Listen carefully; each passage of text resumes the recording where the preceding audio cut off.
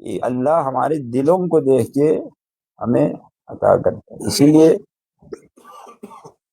باطنی طور پر، ذہنی طور پہ بھی اور نفسیاتی طور پہ بھی خود کو اللہ کے نزدیک اور اللہ سے مناجات کریں. اے خدایا مجھے نہیں گفتگو کرنی آتی، مجھے مانگنا نہیں آتا، مجھے وہ الفاظ نہیں آتے کیسے اللہ خود آپ کے دل میں ڈال دیں گے، یہ بول دو، اس طرح بول.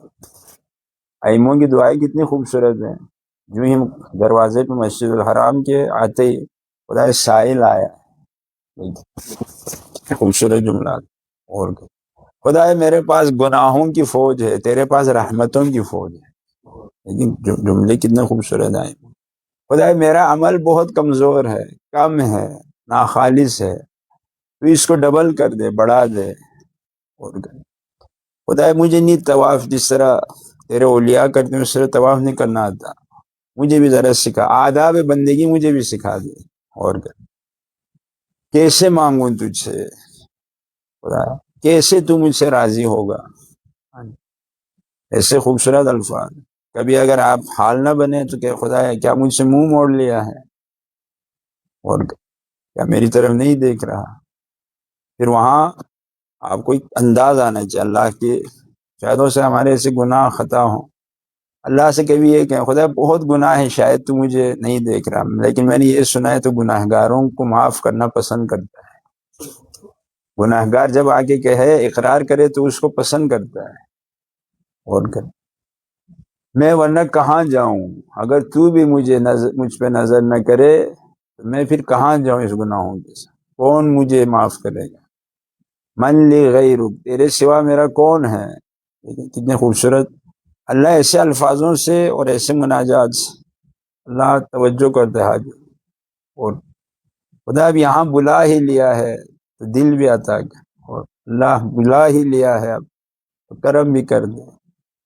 اور کبھی یہ کہہ دو خدایا شاید میں وہ مہمان نہیں، بے ادب ہوں، گستاخ ہوں، لیکن تو میزبان ہے، تو نے کہا ہے مہمان کافر بھی ہو اس کا اکرام کرو.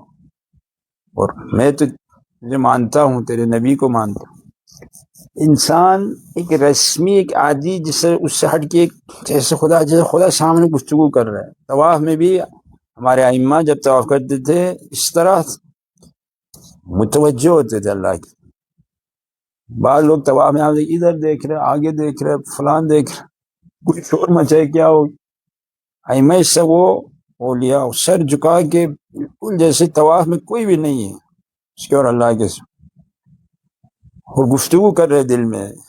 اور کبھی اچانک ائمہ گفتگو کر اچانک یوں اٹھا کے کعبے کو دیکھتے تھے. اے کعبہ، اللہ نے تجھے شرف بخشا ہے، تجھے عظمت عطا کی، تجھے کرامت عطا کی ہے.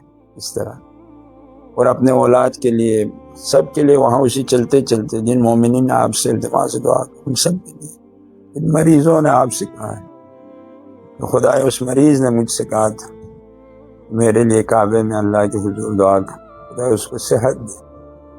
خدایا فلان مرحوم اس دنیا سے گیا، میں نے اس کا دل توڑا ہوگا، میں نے اس سے بھی گستاخی ہوئی تھی مجھ سے، خدایا تو اس کو بخش دے، اس کو مجھ سے راضی کر.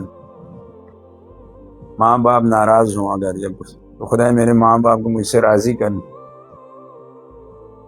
اس طرح انسان پھر ایک آپ دیکھیں اس طرح، یعنی کبھی بہت خود کو گرا نے عاجزی میں، خدا اللہ پسند کرتے اس. اور آپ اس طرح ساتھ طواف کریں گے آپ کو معلوم بھی نہیں ہوگا، آپ کو لے گا ابھی شروع کیا طواف ختم ہو.